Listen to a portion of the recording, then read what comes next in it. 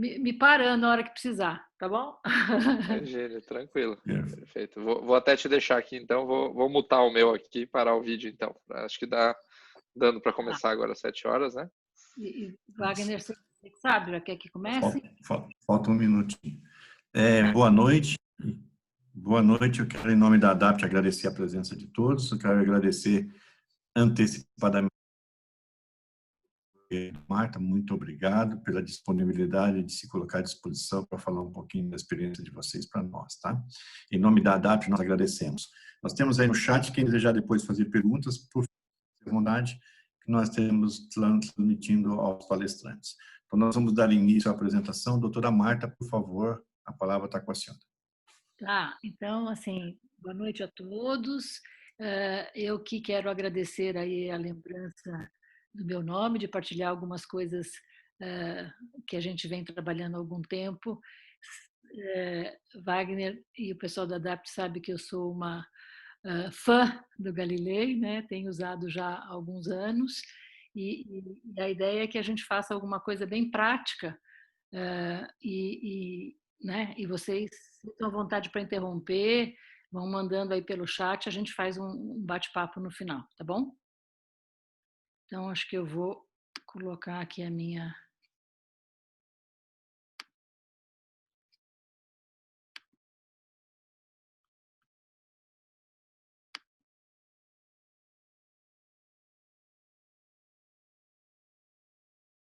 Apareceu?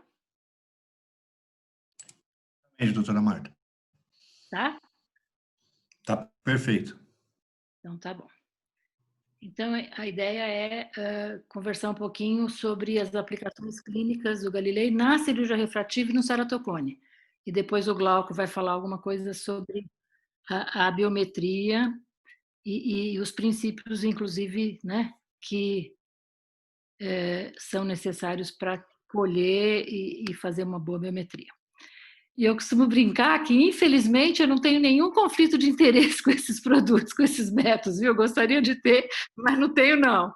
Então, assim, ó, é um aparelho maravilhoso, né, na minha opinião, e que conjuga aí as tecnologias do disco de Plácido, que a gente aprendeu a avaliar a córnea com ele lá atrás, quer dizer, que é o nosso primeiro instrumento e que ainda está super atual. E a câmara de Scheimpflug, duas delas, né? Eu costumo brincar assim, ó, porque o suíço é megalomaníaco e põe duas, absolutamente não, né? Quer dizer, se a gente tem duas e cada uma faz 180 graus, eu tenho o exame capturado num tempo menor. E isso faz a diferença. E o Top View Camera, que faz o quê? Faz com que o movimento do paciente não seja levado em consideração. É como se a gente estivesse fixando o movimento que o paciente possa fazer, e aí eu tenho um exame bem centralizado, né? Então, aqui, ó, vendo de uma outra maneira, né? Então, assim, ó, eu consigo conjugar as duas situações, o disco de Plácido, as duas câmaras de Scheimpflug e a câmera que faz com que os movimentos não façam a interferência. E aí, assim, ó, o disco de Plácido, o que ele faz, né? Então, assim, são vários arcos concêntricos que são projetados na córnea, e o computador captura essa imagem e faz uma série de cálculos para nos dizer, em cada ponto da córnea, ó, qual que é a curvatura. Então, fica fácil, inclusive, de mostrar para o paciente e dizer, ó, quando é que é normal, quando o que está em cima está embaixo, o que está na direita está na esquerda. E as cores, né, que são colocadas, quer dizer, quem inventou o aparelho resolveu colocar essa escala de cores, é muito interessante, porque aí a gente consegue achar o que é mais plano, o que é mais curvo. Então, estamos falando de curvatura, tá? E eu, por exemplo, não abro mão de avaliar uma córnea com o disco de Plácido. Então, a curvatura anterior. E qual que é o problema do disco de Plácido? Ele não consegue fazer a medida da curvatura posterior e da parte centralzinha, porque é a região onde está a câmera. E aí, para isso, tem que ter algum algoritmo. E aí é que a câmara de Scheimpflug, quer dizer, a conjunção das duas situações vai ajudar. Então, a curvatura, tanto o poder quanto as avaliações de wavefront são da superfície anterior. E depois, o Scheimpflug, o que ele faz? Então, assim, ó, ele faz a superfície posterior, então, assim, o BFS, o BFTA, quer dizer, a melhor esfera, a melhor superfície tórica, quer dizer, a comparação, ele consegue medir o centrinho da córnea e consegue medir a região posterior. E também faz a anterior, né? Bom, então assim, Scheimpflug faz tudo? Faz, só que vamos ver aqui por que sozinho o Scheimpflug a gente tem problema. Então, assim, quando eu conjugo as duas situações, eu tenho duas tecnologias para me dar aquela medida. E qual que é a grande sacada do Galilei, na minha opinião? Ele faz o alinhamento no primeiro Purkinje. Então, assim, no centro da pupila, mas no primeiro Purkinje. Nem sempre a gente tem a córnea totalmente simétrica, a pupila bem no centrinho, e se eu estou querendo centralizar o meu mapa na situação da entrada da luz, é o jeito mais fácil, quer dizer, eu ter certeza de que está tudo centrado no primeiro Purkinje. Então, é aí que a gente tem a diferença. Então, por exemplo, os equipamentos que têm só Scheimpflug, o que acontece? Eles vão centralizar na região mais anterior da córnea, que nem estou mostrando aqui com o meu mouse. Então, nesse caso aqui, provavelmente o ceratocônio, a parte mais anterior não é o centro da pupila. Aqui sim, aqui é mais fino, mas também está deslocado. Quer dizer, então, dependendo do local aonde da patologia que a gente está avaliando, esse centro, né, o primeiro Purkinje pode estar deslocado. E eu quero saber, no meu mapa, na minha avaliação, a entrada da luz, quer dizer, o centro da situação, da imagem. Então, isso faz a diferença em alguns equipamentos que não têm o primeiro Purkinje como a centralização dos mapas. Qualquer outra situação quando a gente usa só Scheimpflug? Por exemplo, o disco de Plácido, ele não precisa da elevação. E o Scheimpflug, por exemplo, ele depende da altura. E aí nós estamos falando de situações assim, 5 micra de variação, de elevação, pode fazer uma diferença de 0,25 dioptrias na minha curvatura. Quer dizer, então, é mais sensível errar quando eu tenho só Scheimpflug. Por isso que a conjunção das duas coisas, de novo, eu não abro mão do Plácido, porque eu acho que ele me dá uma medida mais fidedigna. E aí vamos lá para o aparelho. Então, assim, estamos falando de uma situação bem rapidinha e bem fácil de capturar. Então, é a minha menina fazendo o exame, está treinada para isso, mas organizando aí direitinho a altura do queixo do paciente, quer dizer, eles já estão acostumados, segura ali direitinho, quer dizer, faz o posicionamento correto aí do paciente e como ele é rápido de ser feito, e aqui, saiu aqui na minha nova configuração, mas esse filminho aqui cedido pela Flávia,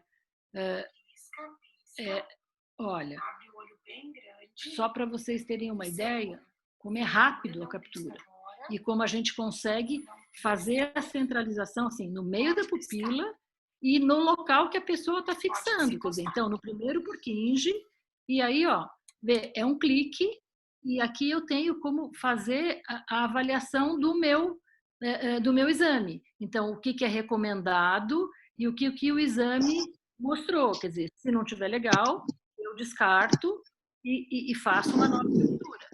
E aqui embaixo a gente consegue ver a reflexão do disco de plástico, que vai me mostrar, por exemplo, se o paciente tem uma quantidade maior de lágrima, se ele está com o olho mais seco, se tem alguma alteração de superfície e que eu não possa acreditar no exame naquele momento. Então, é possível da gente fazer isso também.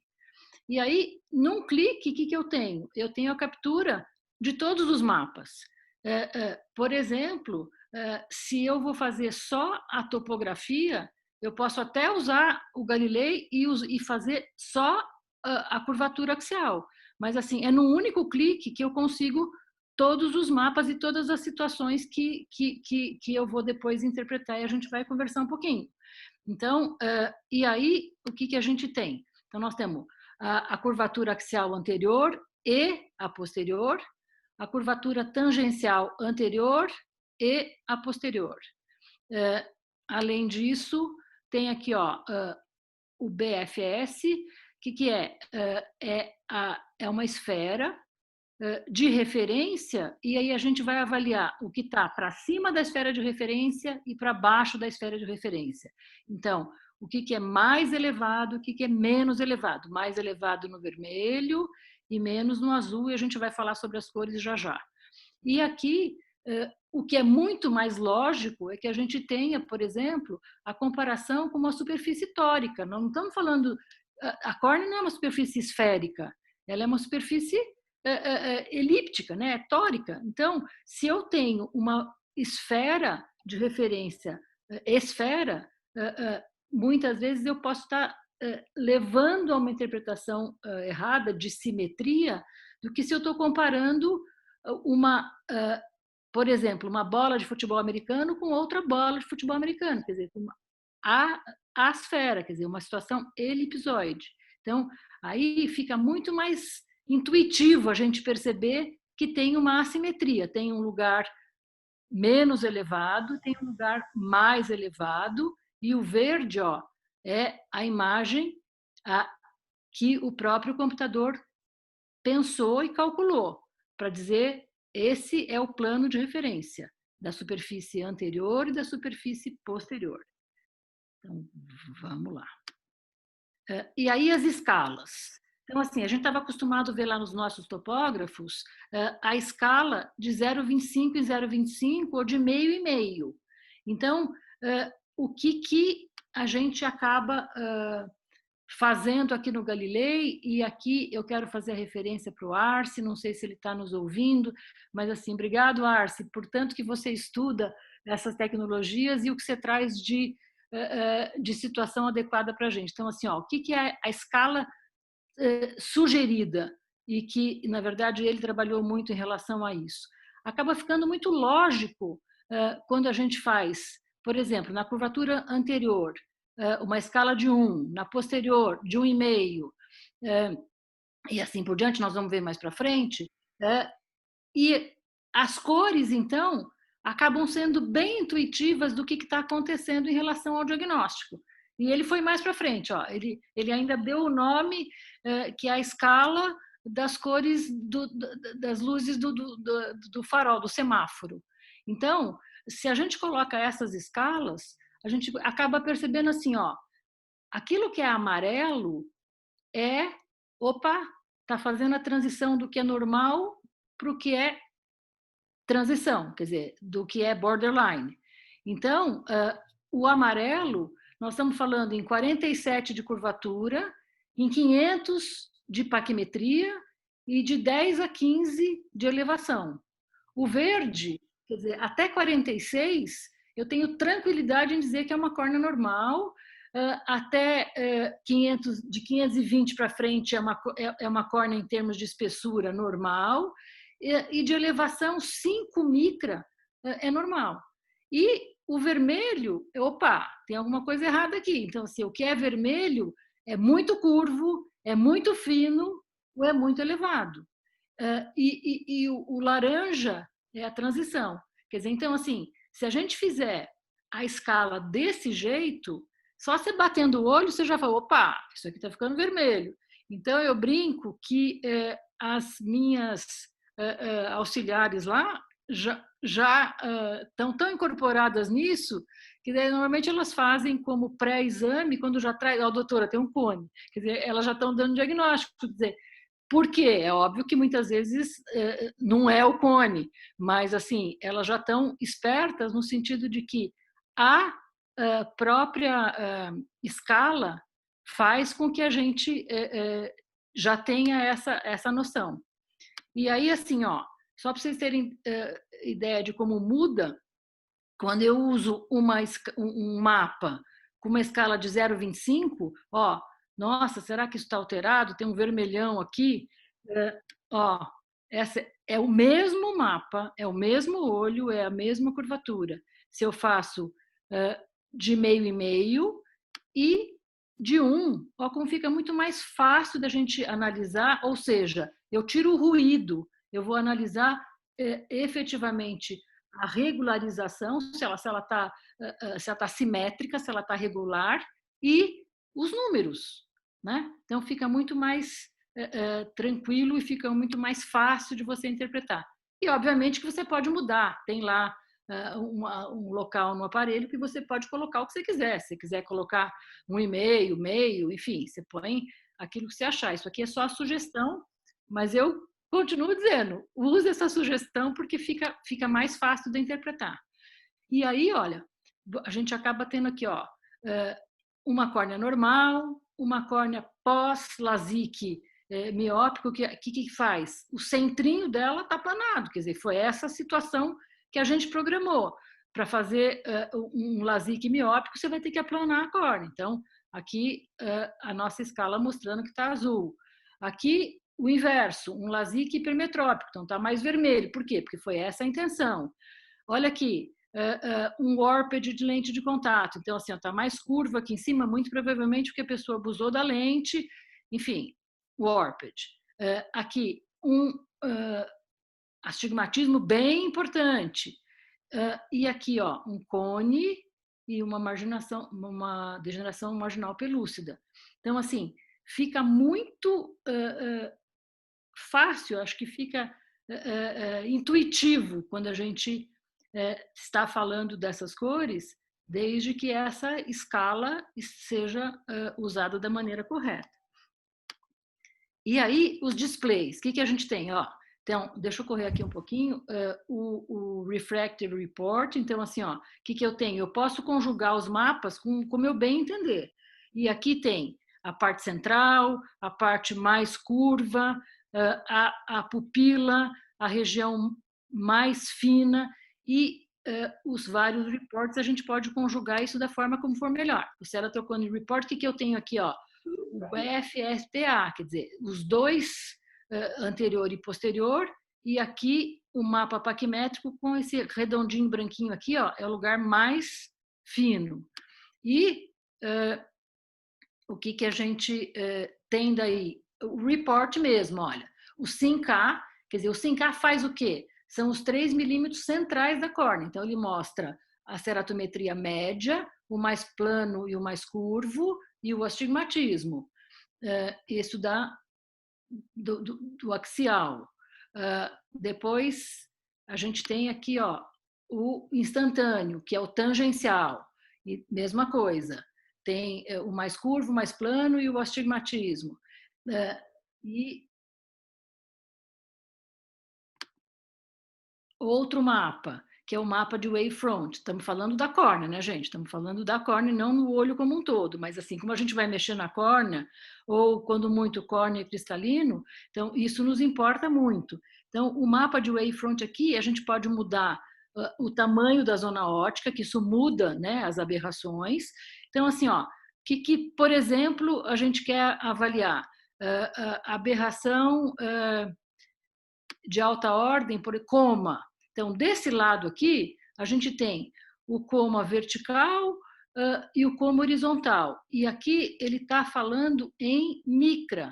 Agora, desse lado aqui, que é o que mais nos interessa, por exemplo, na hora que a gente vai fazer a avaliação ou a programação do anel, é aqui, ó, é a quantidade do coma total, quer dizer, usando os dois componentes, e o eixo dela, né?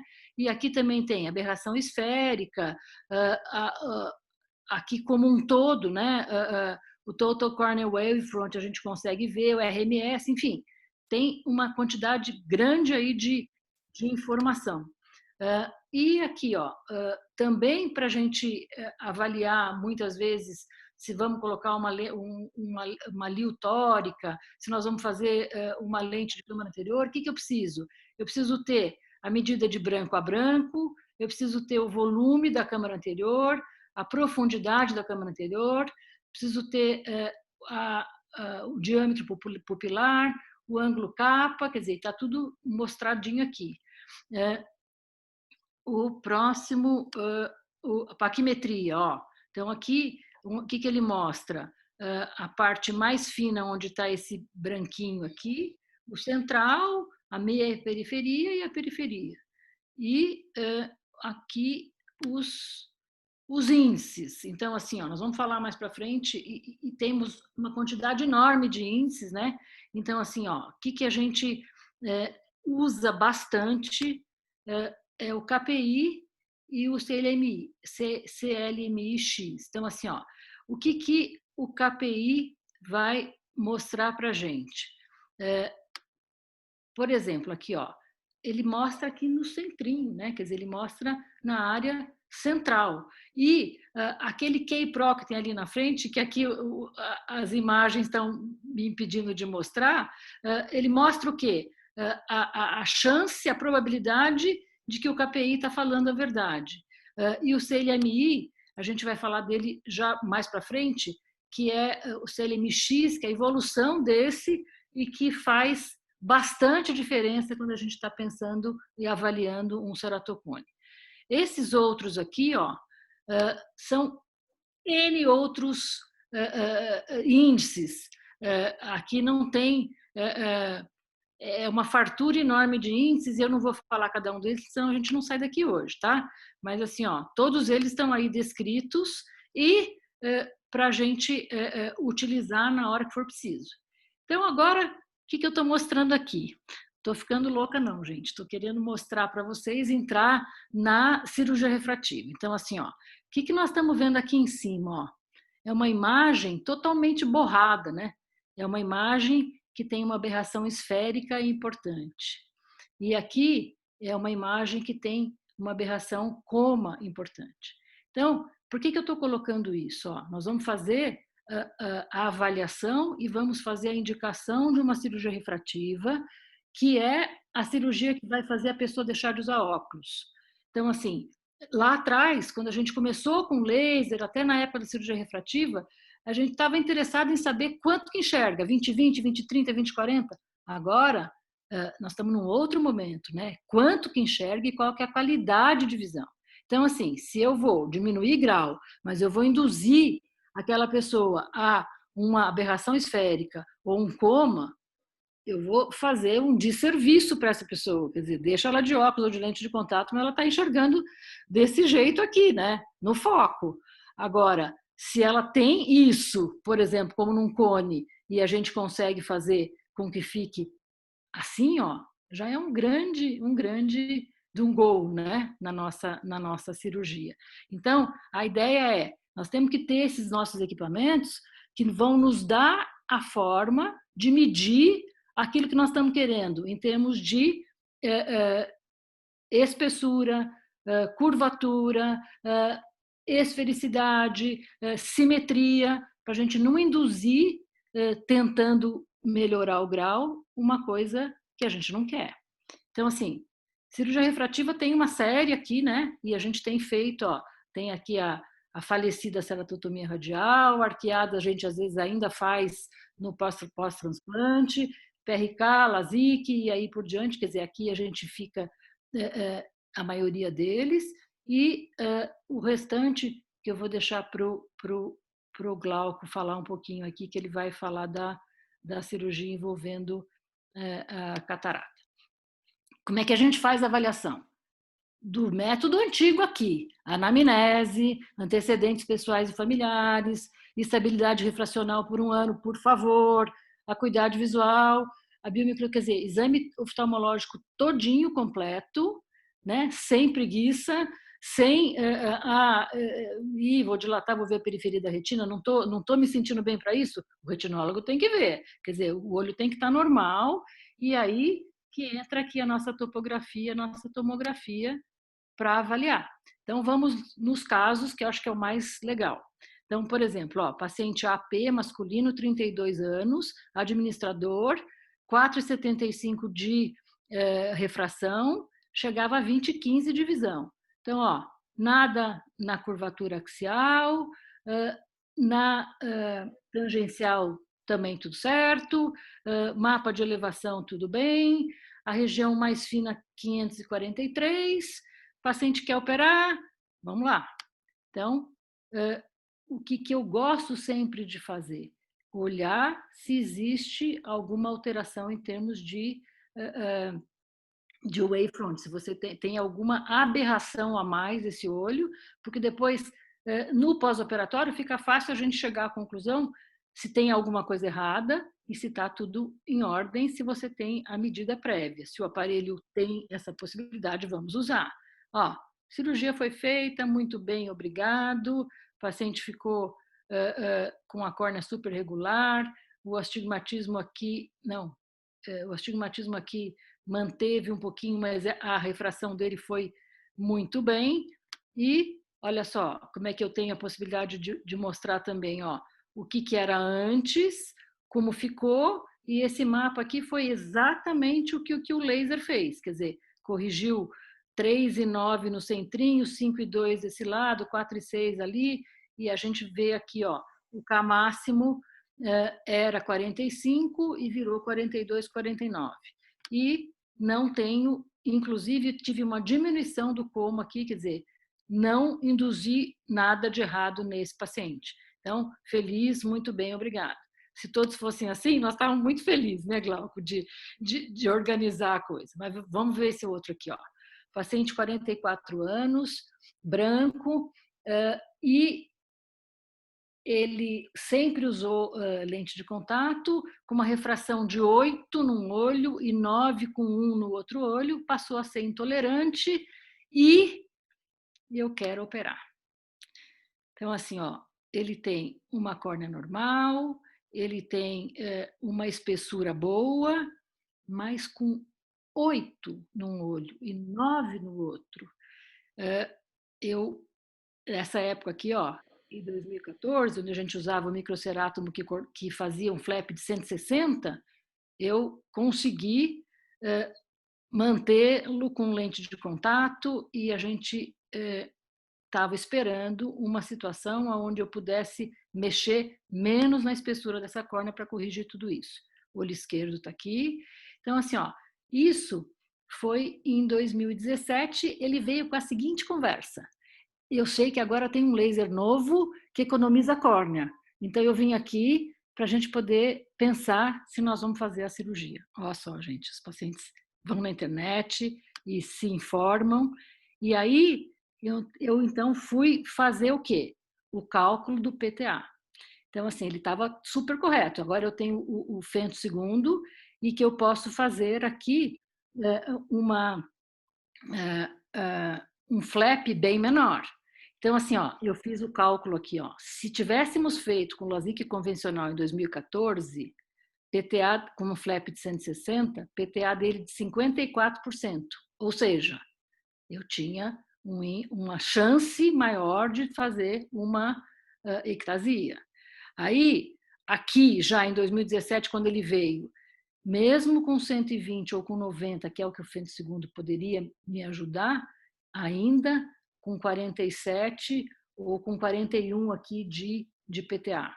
Então, o que acontece? Acabei, então, optando por tirar só o epitélio e fazer um PRK com mitomicina, e aí baixou aqui para 34% PTA, e o paciente, olha aqui, pós-operatório dele. Na verdade, no início, ele demorou um pouquinho mais para epitelizar. Veja que ele ficou com 30 aqui, parece que induziu um astigmatismo de 3, mas, na verdade, isso foi a área central da córnea mais espessa, e depois isso estava induzindo, inclusive, uma hipercorreção. Aqui a gente consegue ver no mapa diferencial, ó, 11 e tanto, mas ao longo do tempo isso foi chegando lá, paciente feliz, e eu também, que não causei na época lá, se eu tivesse sido mais afoita, uma situação de possível ectasia. Bom, vamos passar um pouquinho agora para a cone. Qual que é a nossa situação quando a gente avalia a cone? Ó, a córnea, a gente tem que achar qual que é a córnea normal, sem risco nenhum, qual que é a córnea normal com algum fator de risco para evolução ou para evolução de ceratocone, e aqueles que já são ceratocone frustro, né, ou uma degeneração de periferia. Então, assim, esses equipamentos estão aqui para nos ajudar.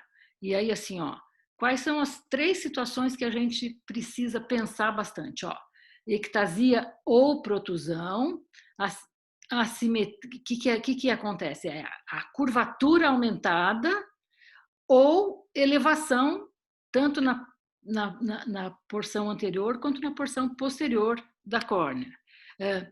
Assimetria ou irregularidade, quer dizer, quanto mais assimétrico, mais chance de estar aparecendo uma coisa que a gente não quer, quer dizer, um risco, um fator de risco, e para você avaliar isso, a melhor forma é o BFTA, quer dizer, a superfície calculada, mas comparada entre 2 elipses, e não uma redonda e a outra elipsoide. E a parte de afinamento central. Então, assim, ó, a ectasia, a curvatura, como é que a gente vê? Ó, o epsilon quadrado, e é o mesmo índice Q, e a gente consegue acompanhar por aqui e ver o jeitão mesmo do mapa axial ou do mapa tangencial. E como é que a gente vê isso? Ó, quanto menor o Q, né, quanto mais negativo, mais protuso e provavelmente maior chance de um ceratocone. E o inverso, né, quanto mais positivo, mais plano e menos problemático. E a outra coisa é a curvatura posterior, quer dizer, a elevação. Como é que a gente vai avaliar isso? Ó, o que o Galilei mostra para a gente de uma forma muito fácil. Ó. Eu disse que o verde foi a esfera que o próprio computador, que o próprio aparelho mediu. E aí a gente tem o que está acima e o que está abaixo. Então, assim, ó, o normal no best fit é o que está verde e é o que está de 5 micra. O que está anormal na curvatura anterior é de 10 a 12, ou seja, é o primeiro amarelo aqui, ó. É muito fácil, é muito intuitivo. O primeiro amarelo, nós estamos falando que está entre 10 e 12. Então, assim, se tem um primeiro amarelo aparecendo aqui, a gente já tem uma situação de uma superfície anormal, anterior.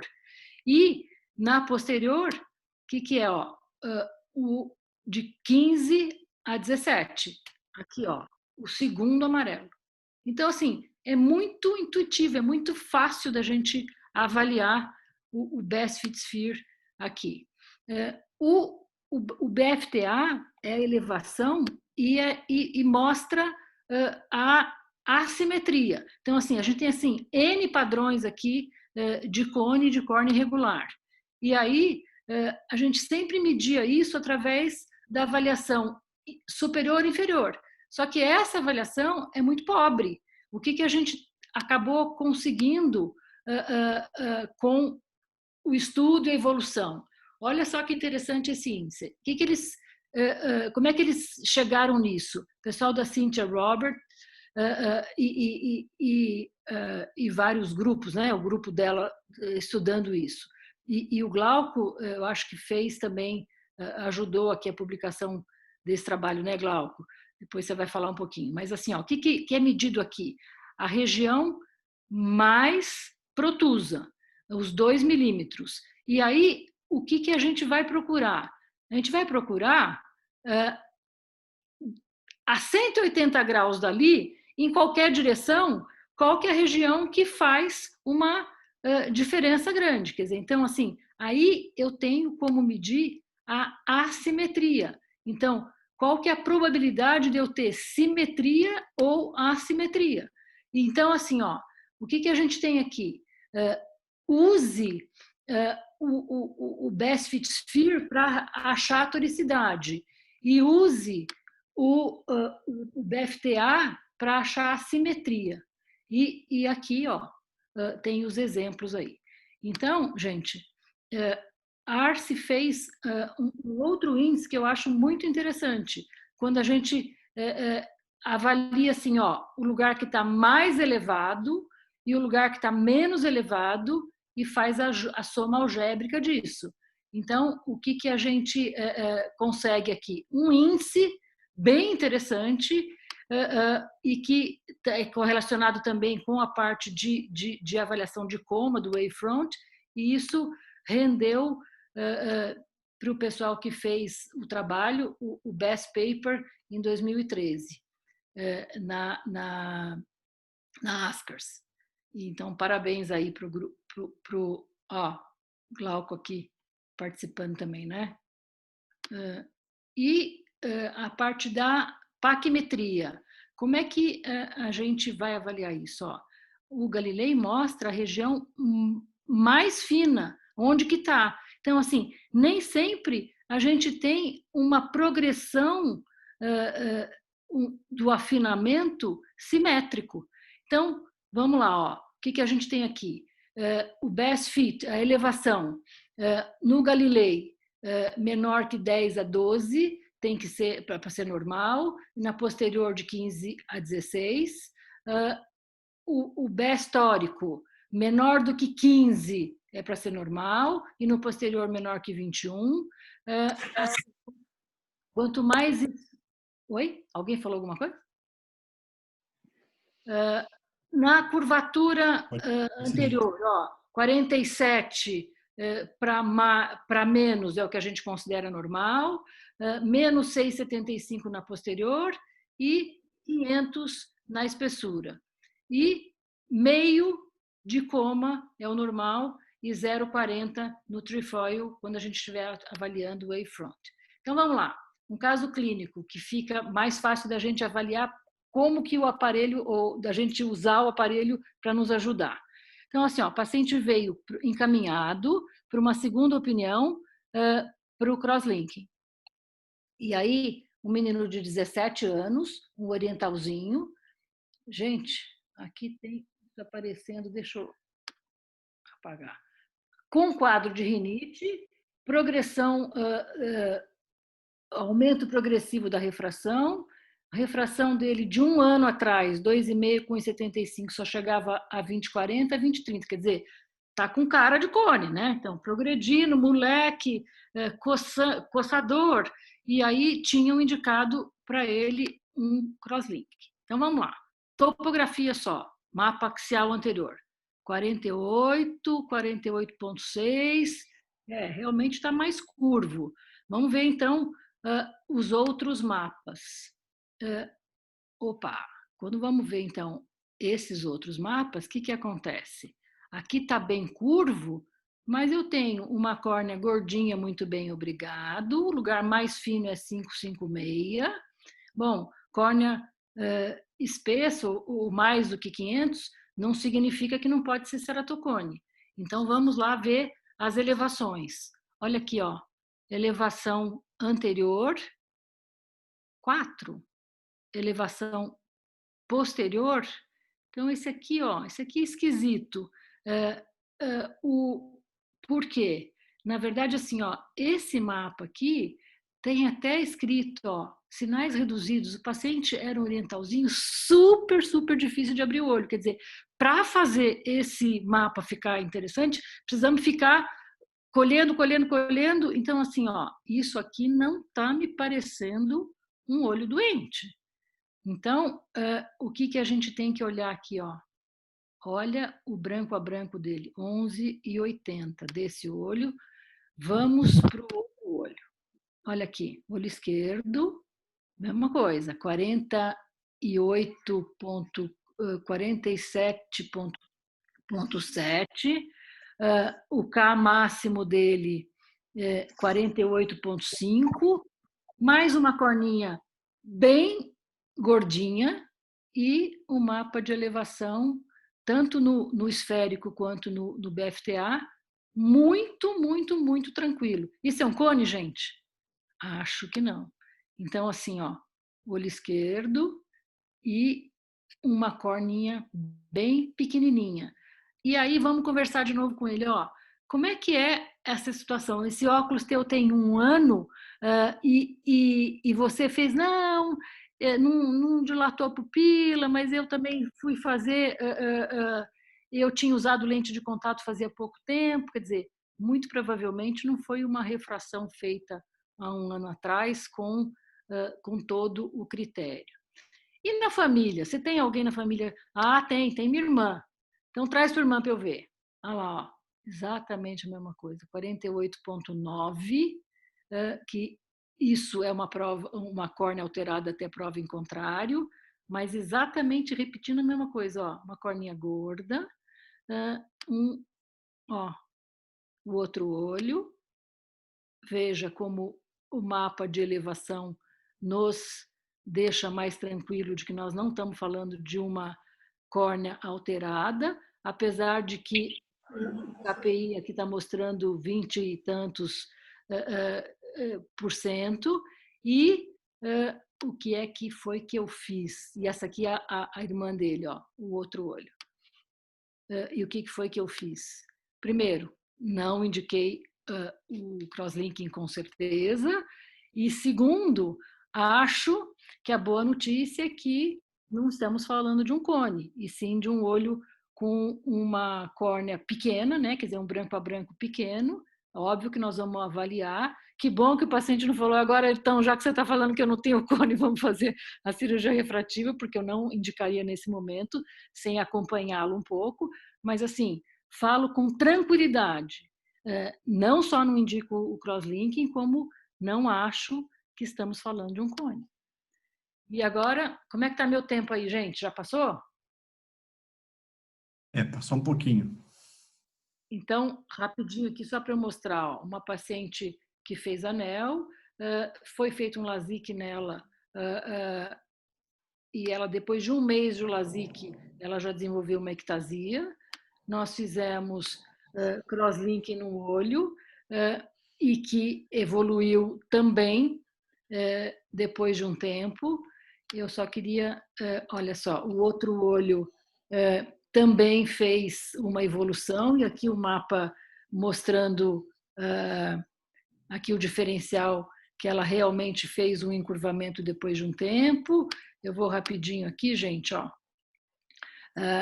Fizemos um anel, 1 mês depois, ó, de 51, ela teve um aplanamento com uma visão bem boa, e o olho esquerdo também.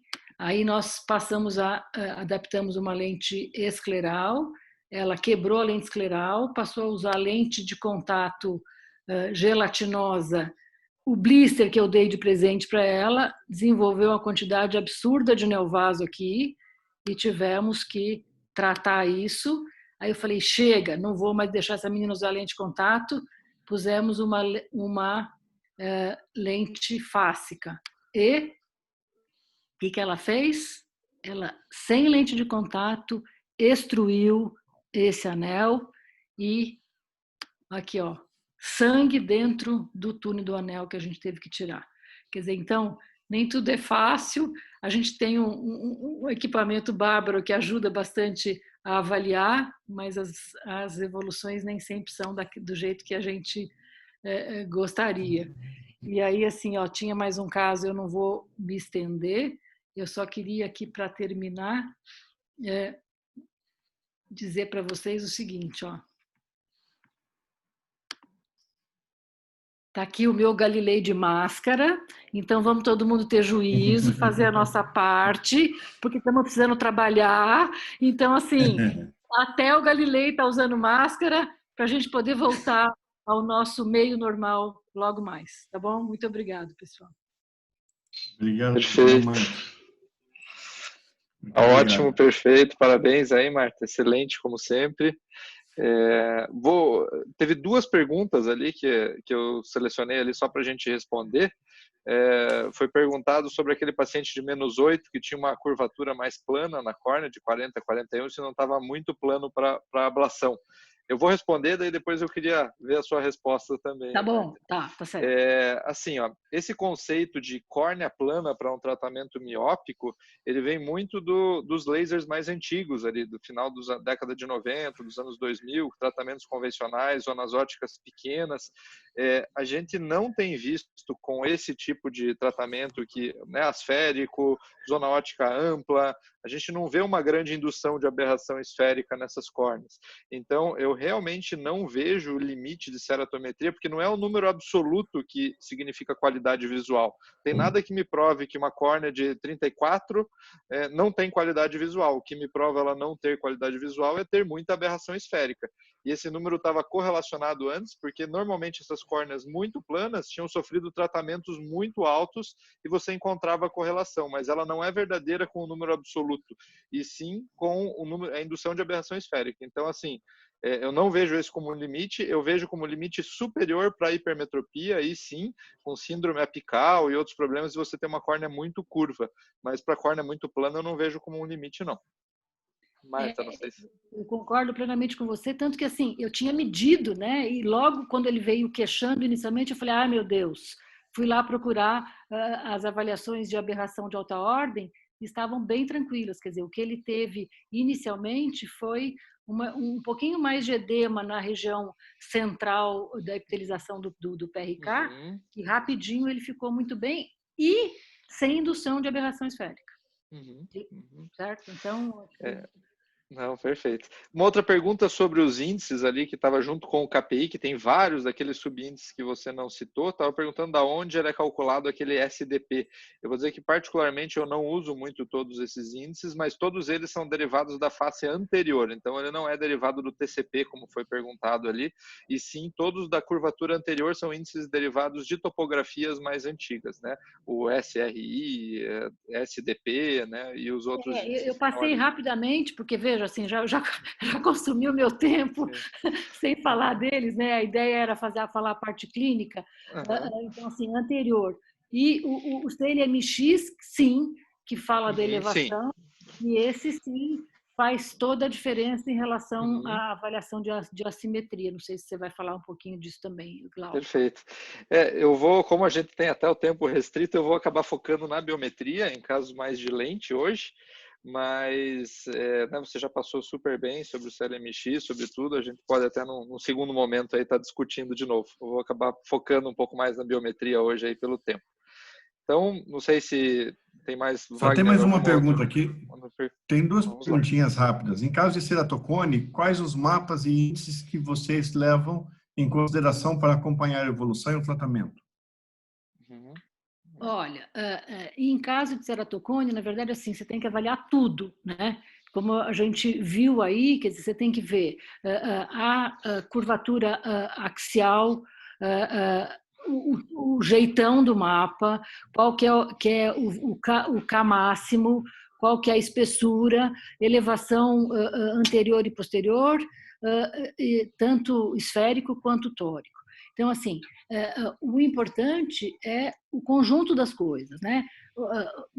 Agora, uma coisa que eu gostaria de frisar é assim, por exemplo, o paciente vem pela primeira vez e você tem uma suspeita, quer dizer, tem uma córnea um pouco mais curva e está começando alguma coisa de elevação posterior. Então, assim, muitas vezes as pessoas falam assim, eu não vou pedir uma tomografia porque eu acho que isso não é um cone, ou se for um cone não evoluiu ainda. É imperativo que a gente peça uma tomografia, porque se eu não tenho a avaliação da curvatura posterior, da elevação, como é que eu vou fazer a comparação mais para frente? Só a curvatura axial é muito pouco para a gente poder ficar tranquilo no sentido da evolução. Inclusive, assim, para indicar um crosslinking, por exemplo, tá crescendo, vou indicar ou não vou? Assim, primeiro faz o diagnóstico, depois indica alguma coisa. Então, sempre marcar e avaliar a parte posterior da córnea. Essa é a minha opinião, não sei o que o Glauco faz. Vou tentar ser um pouco mais rápido, mas basicamente K máximo, né? Astigmatismo, isso da face anterior, e eu gosto muito de avaliar o pico do BFS, né? A altura ali da montanha, o pico do BFS, e a avaliação de curvatura da face posterior também. Inclusive é um dado, a gente está até escrevendo um relato de caso de um paciente pós-refrativa, que você já via muito antes da face anterior ter uma deformidade, a face posterior de curvatura, o mapa axial de curvatura posterior já mostrava um abaulamento bem significativo já com 15 dias da cirurgia. Então, perfeito. acho que dá. Agora a palavra está com o senhor, doutor Glauco, por favor. Muito obrigado. Perfeito. Perfeito. Então, vamos lá então. Eu vou só colocar aqui. Acho que está nesse papel. Opa, peraí, que agora colocou aqui. Não, só estou vendo aqui agora que eu acabei de ver aqui que tem eu tenho que mudar as minhas preferências de segurança aqui para deixar o Zoom, deixar eu compartilhar. Deixa eu fazer aqui, deixa eu ver aqui. Peraí, deixa eu ver onde é que eu vou fazer isso aqui agora. Foi, agora já deu. Share, peraí. Perfeito, tá todo mundo acompanhando? Ótimo. Tranquilo? Ótimo. Perfeito. Então, falar sobre biometria em óleos especiais, a ideia é a gente ser prático, né? A gente está até cansado de muita teoria, e pouca prática, né? A gente no dia a dia aí estamos assistindo bastante webinar e fazendo pouca coisa. Então, a ideia é a gente tentar trazer um pouquinho mais para a prática, mas é claro que em biometria a gente não consegue fugir muito da teoria. Eu também, assim como a Marta, né, não tenho conflitos de interesse, né, nesse assunto. E vamos lá, a ideia é realmente tentar focar em alguns pontos de atenção. A biometria é um assunto muito complexo, a gente vai ter que ficar 2, 3 horas aqui para ir bem do básico, né, até o avançado, e a minha ideia é a gente tentar focar em alguns pontos que a gente observa que às vezes são deixados meio de lado. Então, são 3 pontos principais. Então, primeiro, a qualidade do exame. A gente vai falar exaustivamente, realmente, eu vou dizer que a maior parte de problema de biometria que a gente tem é o exame mal realizado. Segundo problema, que é realmente o entendimento sobre as fórmulas atuais, ou seja, o que elas oferecem, como que elas funcionam e conceitos que são aplicados em córneas irregulares. Então, no olho normal vai tudo super bem, porém, quando a gente começa a ter alguma coisa fora do padrão, aqueles cálculos básicos que a gente aprendeu lá desde a residência começam a não funcionar tão bem, e é importante a gente entender esses conceitos para conseguir melhorar. E daí, casos especiais, aí eu vou mostrar um outro caso um pouquinho mais complexo né, onde a gente achou, quais foram as dificuldades do caso. Então, vamos lá, qualidade do exame. Então, é superfície ocular, né? Então, na dúvida, sempre olhe até os anéis de plácido. É muito comum os pacientes de catarata com o olho já mais seco, a superfície ruim, né, você não conseguir ter uma boa medida de ceratometria. Lembrando que ceratometria praticamente é 0,9 para 1 a relação do erro, né? Você errou 0,9 na ceratometria, né, vai errar 1 dioptria no grau da lente, tá? Então, realmente é uma relação muito importante, tem que prestar muita atenção. Biometria ótica e o aparelho de boa qualidade é imperativo para conseguir resultados precisos. É claro que em algumas vezes você vai ter que fazer o de imersão quando você tem uma catarata muito densa, né, e em alguns casos que você não consiga utilizar a ótica. Deixa eu ver aqui. Esse eu até selecionei, foi um exame que foi mandado essa semana. Me mandaram, poxa, que lente eu escolho nesse caso? Se a gente olhar, tá pequenininho ali, mas eu vou falar para vocês. O comprimento axial do olho direito 21,5, do olho esquerdo 24,16. Né? Esse é um aparelho, é um aparelho do Tomei, não é meu aparelho, foi um exame que me encaminharam. Ceratometria de um olho aqui 41,9, no outro olho 38, aqui um monte de astigmatismo, né? me mandou, ó, tem esse Pentacan aqui, né? Poxa, eu vou dizer que com esses 2 exames você joga fora esses 2, né? Não serve para nada esses exames.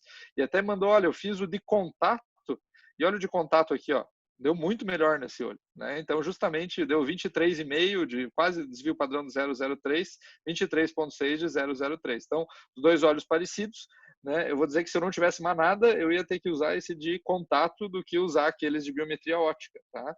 Então, assim, ressaltando que é um aparelho super fácil, né? Você pode treinar uma pessoa para fazer, mas nesses casos difíceis, essa é uma paciente de 85 anos, 88 anos, você tem que dar muita atenção para a superfície, tem que eventualmente você mesmo fazer, porque não dá para ter uma boa biometria com esse tipo de mapa, tá? Falar rapidamente sobre o Lenstar, que é o aparelho que eu uso na clínica. Eu uso o Galilei G6 no SUS, no HC da Federal. A gente tem o G6 e faz a biometria com muita qualidade lá. Porém, lá a gente acaba não tendo os usos das lentes multifocais. Então, os casos diferentes, né, que eu trabalho na minha clínica privada, a gente acaba utilizando o Lenstar. Eu vou dizer que já são 10 anos de uso com o Lenstar e 10 anos de uso com o Galilei. Então, são aparelhos que eu realmente gosto bastante. A ceratometria, então, do Lenstar, eu acho que é um dos grandes diferenciais, pelos 32 pontos, e zonas óticas menores. Ele tem 2 círculos de pontos que vão medir, dois círculos de 16 pontos, um de 1,65 e outro de 2,3, e é bastante preciso em relação à magnitude e eixo, ou seja, você pode calcular, né, em condições normais, uma lente tórica baseado nessa ceratometria. É claro que sempre olhar a tomografia para entender o que aquele dado está dizendo é imperativo, né? Mas você pode, depois de avaliar que é uma córnea normal, utilizar esses dados de ceratometria para o teu cálculo de lente tórica. Vai te dar a espessura de cristalino, né? ACD e AD, o branco a branco, né? E nos modelos mais recentes vem a Barrett, a Hill, a Olsen, são as fórmulas mais novas já incluídas. Então, eu vou dizer que realmente a ceratometria e a qualidade do AXL são bem válidos. Em relação daí, não esquecer de ter a tomografia, então, ou pelo menos uma topografia obrigatório, né? Então, a tomografia vai te dar, né, dados sobre essa forma, sobre essa regularidade da córnea, né? Então, para lente multifocal, acho imperativo você ter uma tomografia, né? Vai te dar dados sobre a superfície, lembrar que não é um número, né? Não queiram decorar números, mas entender o que cada número está te dizendo, né? Esses são os detalhes. Eu vou dizer, esse olho, a gente olhar por esse olho, assim, é fácil de calcular, né? Uma ceratometria, o olho tudo regular, uma córnea perfeita, né? Então, os dados ali estão todos dentro da normalidade. Para cirurgia refrativa, tirando ali a córnea plana, né, você não teria nenhum problema para tratar esse olho. Então, até a gente chama de piece of cake, né, em inglês, ou filé aqui para nós, né? Caso tranquilo, tá? Porém, só atenção realmente que esse caso para biometria, para refrativa seria fantástico, mas para biometria, se a gente olhar ali, ó, o AQD dele, a profundidade de câmara anterior, de 3,4 numa córnea super plana, né, de 40, tá? Então, você foge das médias populacionais, esse é um olho que você precisa de uma fórmula melhor.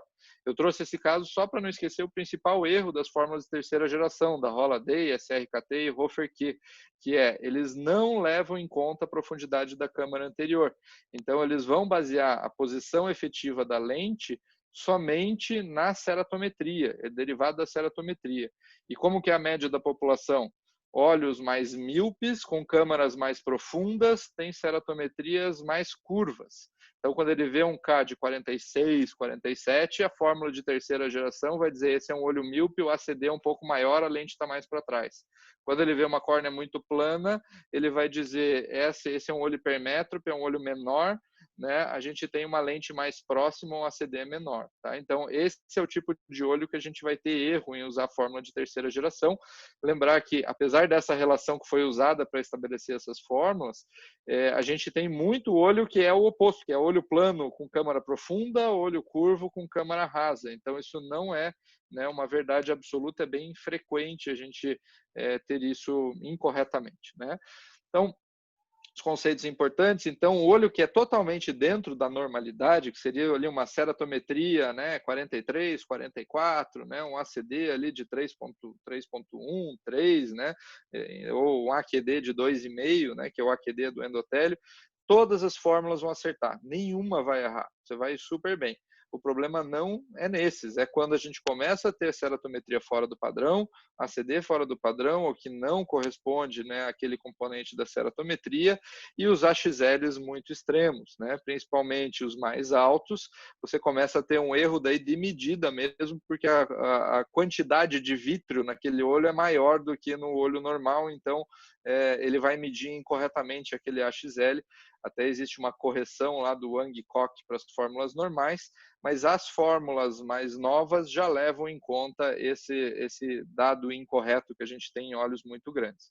Então eu vou dizer que na atualidade a gente deve fugir ali do Holladay, SRKT, o Hofer-Q.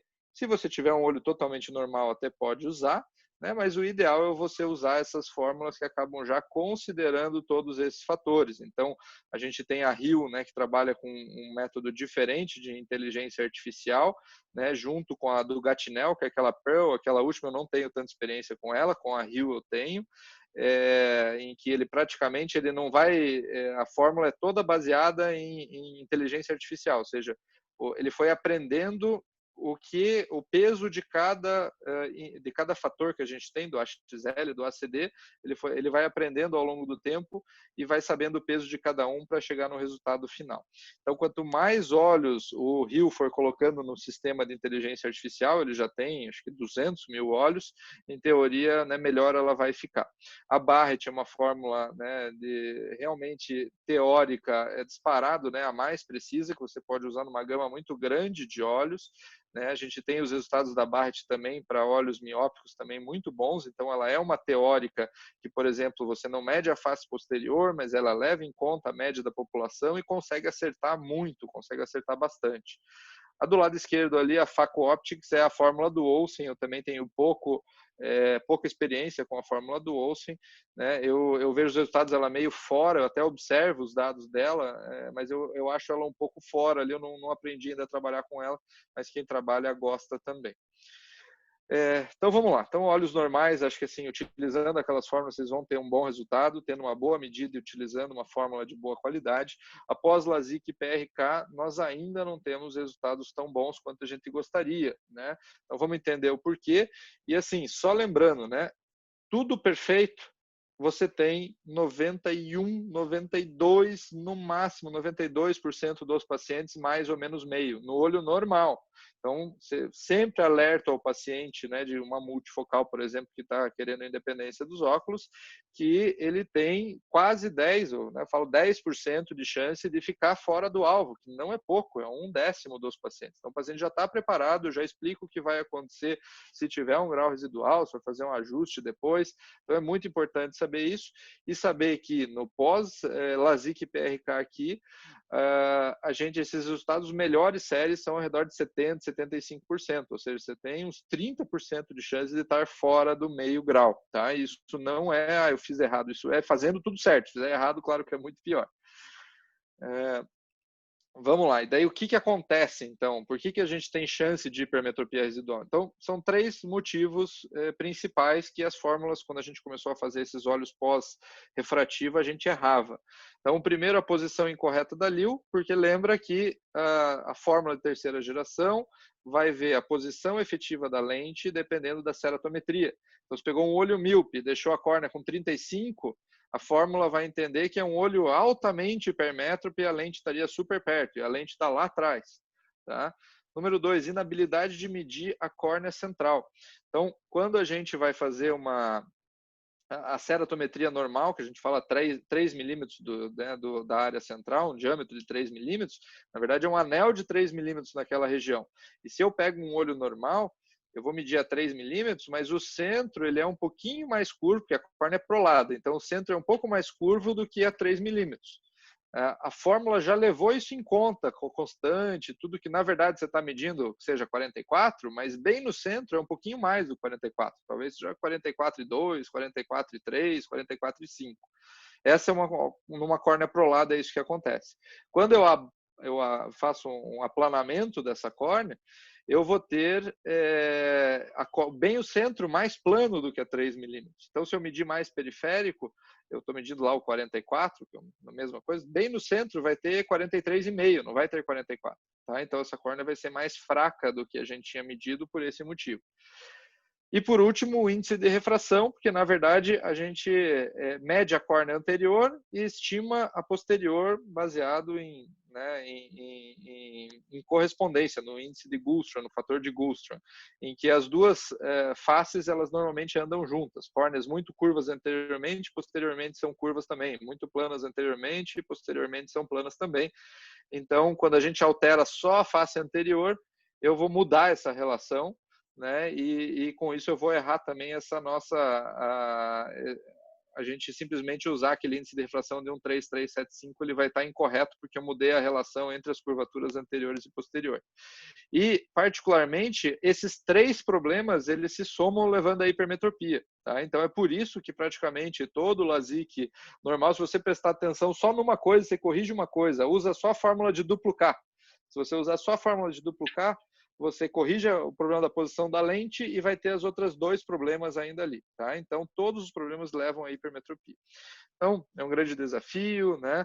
A gente foi melhorando nas fórmulas, então, aqui, né, que altera a face anterior sem alterar a posterior, né? A gente vai ter alteração nesse ratio de Goulstrom.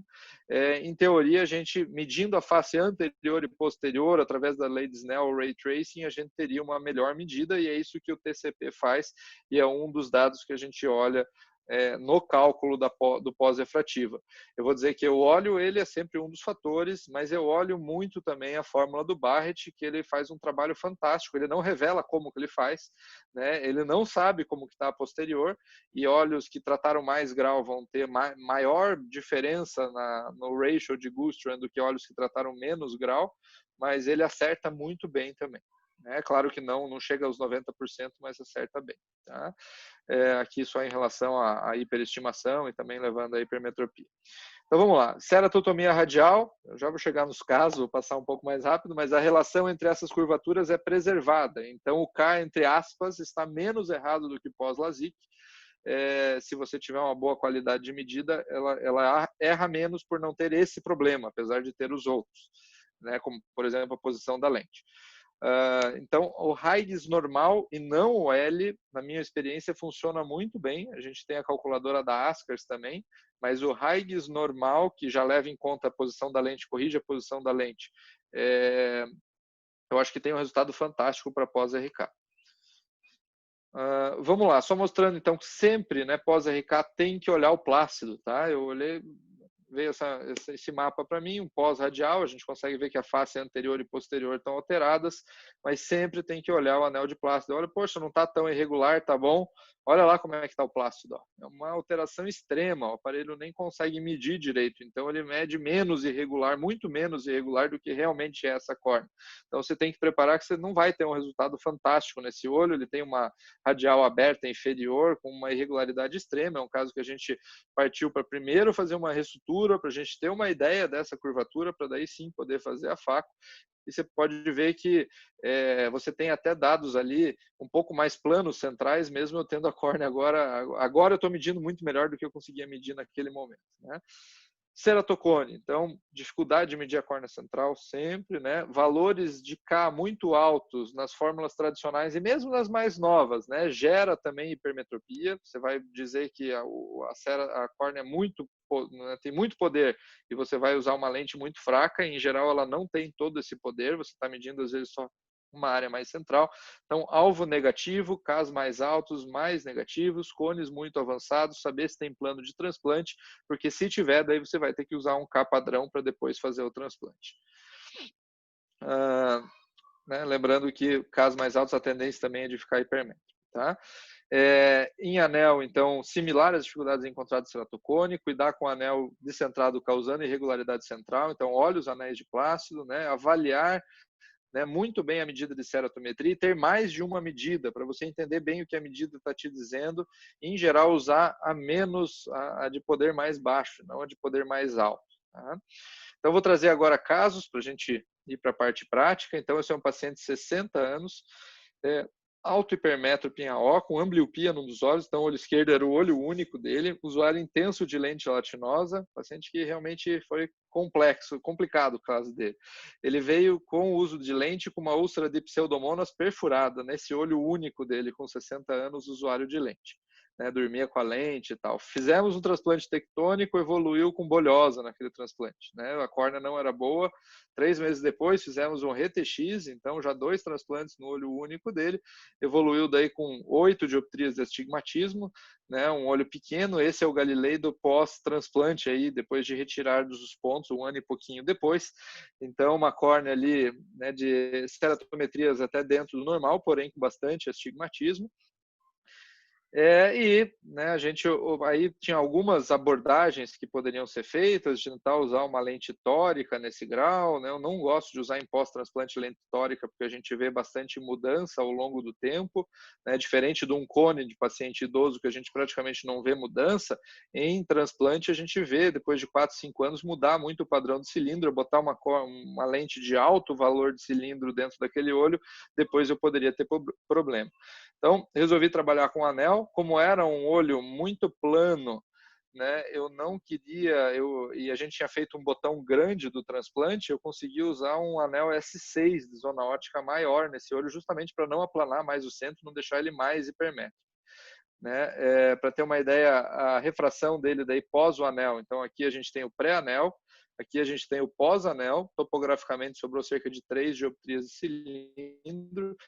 Aqui a gente tem o difanel e ele ficou com essa refração aqui, ó, mais 10,75 menos 1,5, 135, né? 20,25, ficou com uma visão muito boa, mas, né, bem insatisfeito com o que fazer com esses 10,75, praticamente uma lente de afasia de óculos. Ele não queria usar lente depois de ter tido, né, os problemas que ele teve com a lente.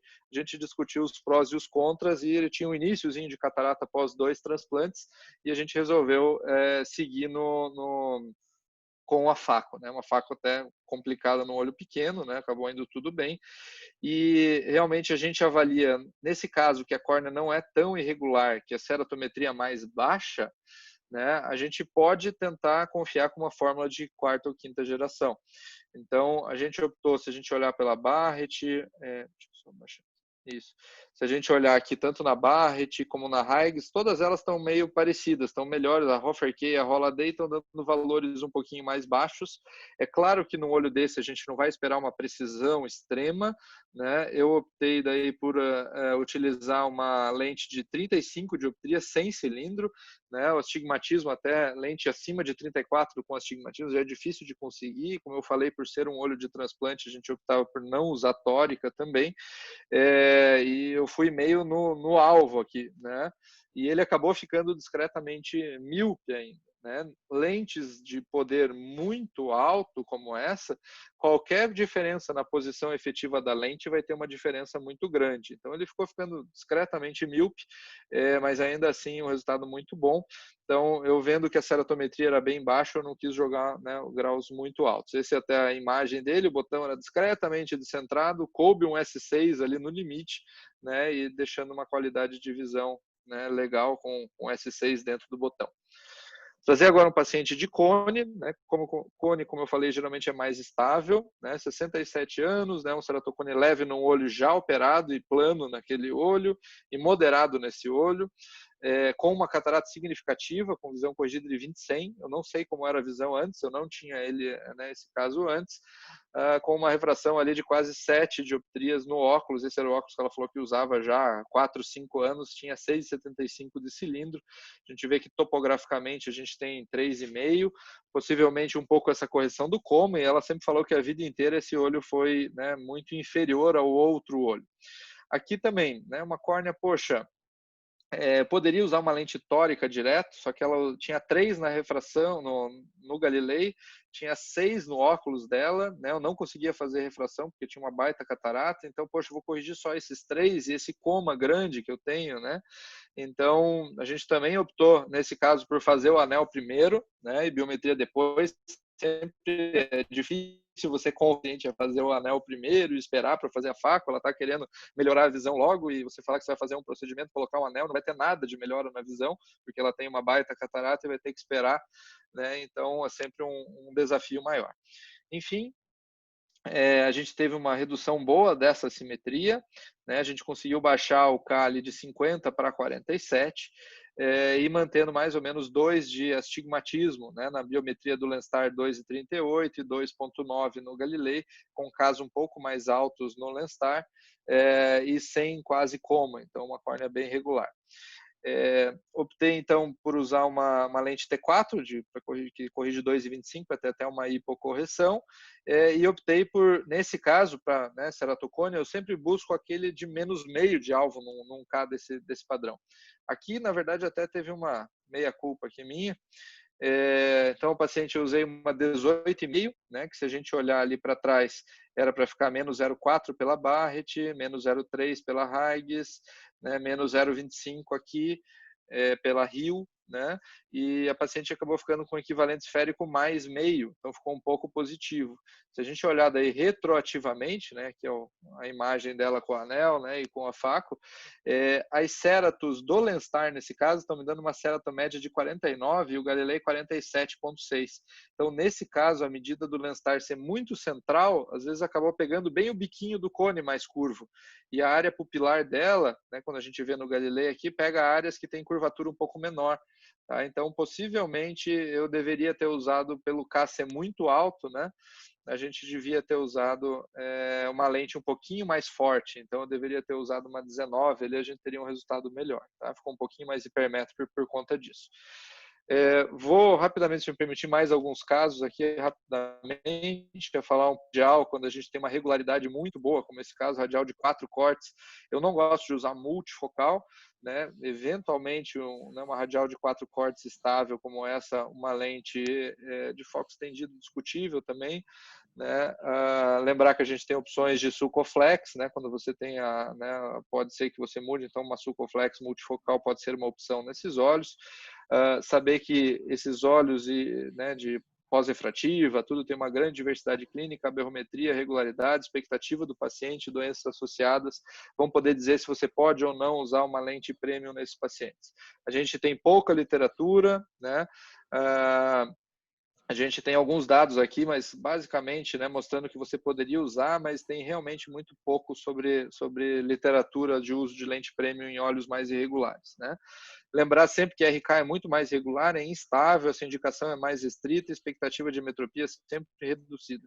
Olhar um olho desse pós-radial e querer colocar tórica, tudo meio irregular, não dá, né? Mas olhar um olho de radial como esse daqui, com o cilindro mais regular e que visão corrigida aqui, chegando a 20, 25, com o cilindro que bate, né? É possível usar tórica nesses olhos. Então, esse é um olho que a gente usou tórica com resultado legal. Vou trazer rapidamente 2 olhos pós-LASIK, só para a gente discutir também um pouco a biometria, né? Um que a gente acertou, outro que a gente errou.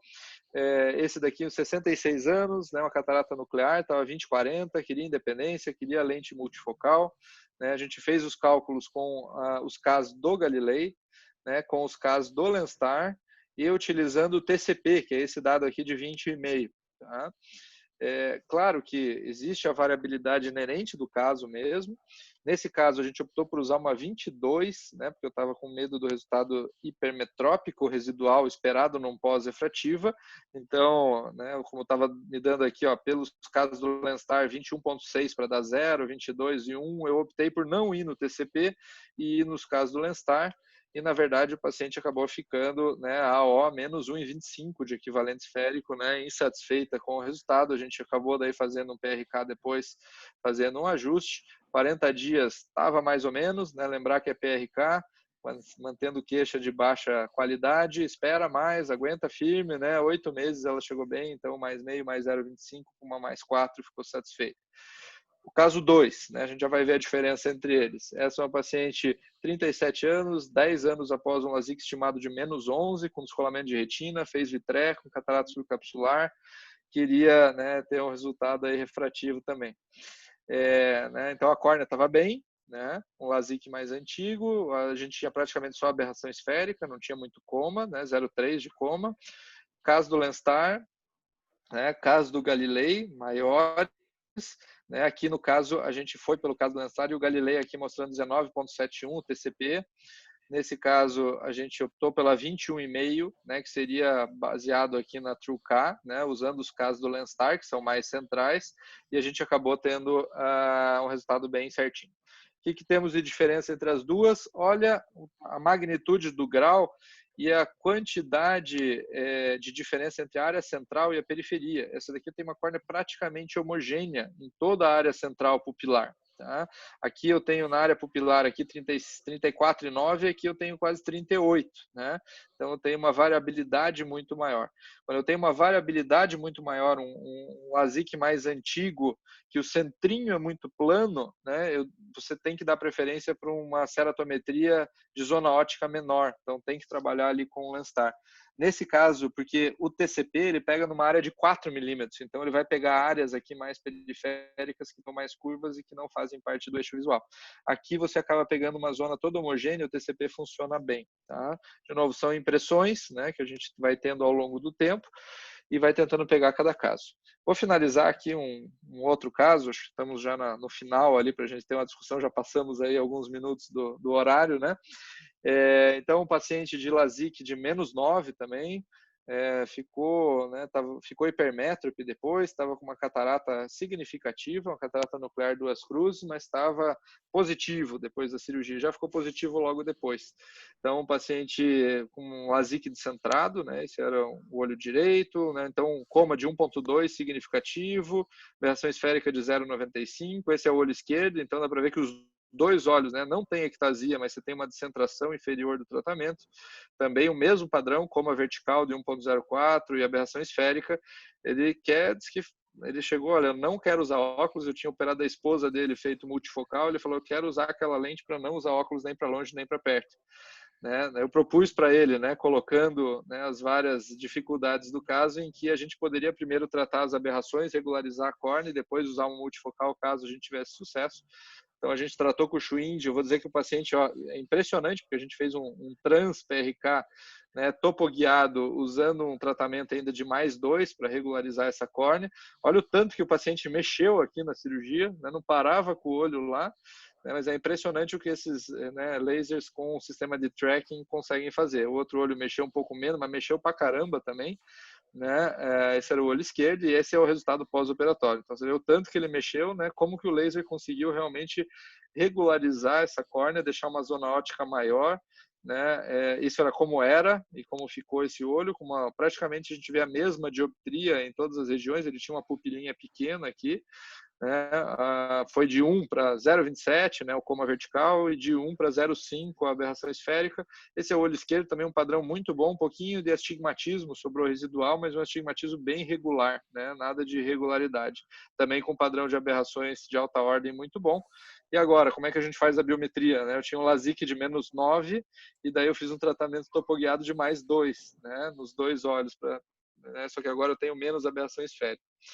Aqui a gente tinha, né, a gente foi daí para uma trifocal, a gente tinha aqui o Lenstar, né, de um olho normal, aqui sem ser cálculo pós-refrativa, mostrando uma lente ao redor de 15, 14,5 para 15, tá? Aqui também em torno de 14,5, né, o Rio, né, todas elas. Tá? Aqui a gente fez os cálculos para a refrativa, que mostrava uma lente em torno de 16,5, 16. Esse daqui é para LASIK miópico, né? Então aqui eu sei que a lente correta vai estar no meio das duas, né? Porque eu fiz ele continua tendo uma córnea aplanada, mas muito menos aplanada do que era antes. Então a correção total para o LASIK miópico seria muito, porque eu reduzi o efeito desse LASIK fazendo um tratamento hipermetrópico depois. Então eu sabia que a lente tinha que estar entre o 15 e o 16, né? Mais ou menos nessa faixa. Então mesmo, né, o pós-refrativa miópico me dizendo para usar uma 16, 16,5, usei uma 15,5 no olho, e aqui falava para usar uma 17, eu usei uma 16,5. Eu vou dizer que eu fui até um pouco conservador, né? Na prática ele ficou discretamente míope, né? Mas ainda assim com o resultado dentro do esperado, tá? Então, para finalizar, né, entendimento dessas variáveis, tentar encaixar cada pecinha, né, entender bem, né, tudo que os aparelhos estão te dizendo, focar nos detalhes, vai ter uma decisão terapêutica aí melhor. Agradeço, deixo o meu e-mail ali à disposição e vamos responder aí as perguntas. Muito obrigado, doutor Glauco. Tem uma pergunta aqui. Vamos lá. Pergunta para o senhor e para a doutora Marta.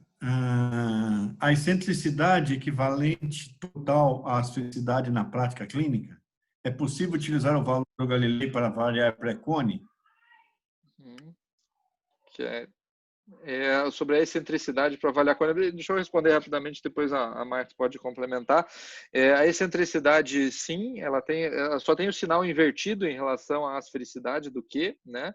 Então, quanto mais positivo, mais hiperprolada é essa córnea. O valor normal é em torno de entre 0,2 e 0,4 de excentricidade. Eu vou dizer que, assim, valores acima de 1 é sempre cone, não existe o valor acima de 1 normal, né? Mas quando você tem aquela córnea já, que você tem aquele padrão meio hiperprolado e está ali um 0,5, 0,6, né? Já é um fator significativo, ao meu ver, para cone, né? Eu acho que aqueles cones mais difíceis de diagnosticar são quando você não tem assimetria, você tem só uma córnea que é bicuda no centro, hiperprolada. E é nesses casos que eu olho para a excentricidade. Perfeito, doutora Marta. Eu concordo, quer dizer, na verdade, a gente está treinado a ver isso e eu acho difícil a gente avaliar alguma coisa vendo um único índice, né? Quer dizer, a gente acaba olhando como um todo, né? Então, assim, o que está... É um cone mais central?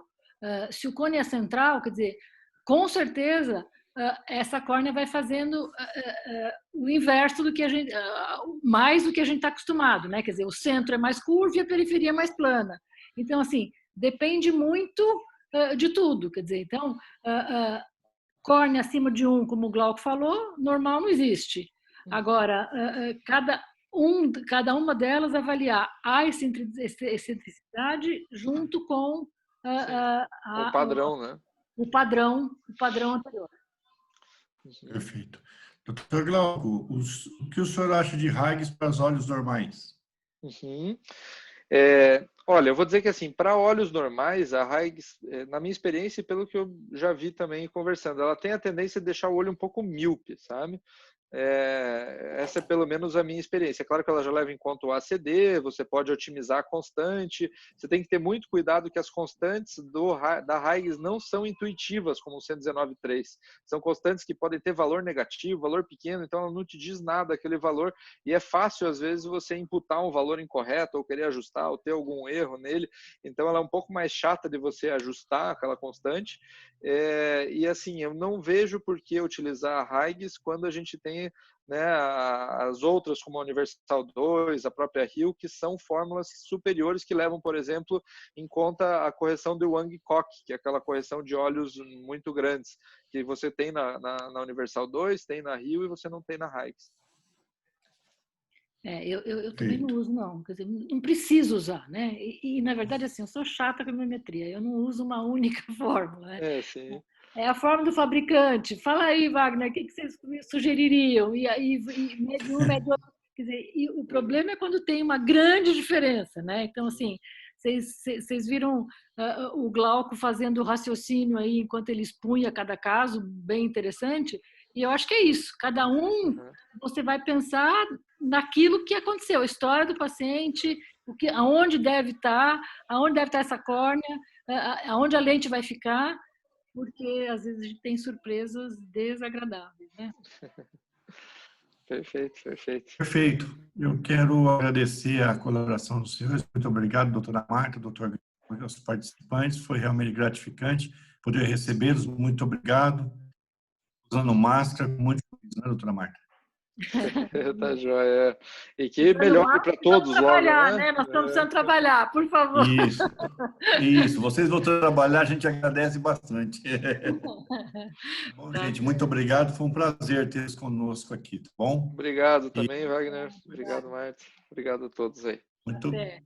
Um abraço, muito obrigado. Boa noite a todos. Boa noite. Boa noite, valeu. Tchau, tchau.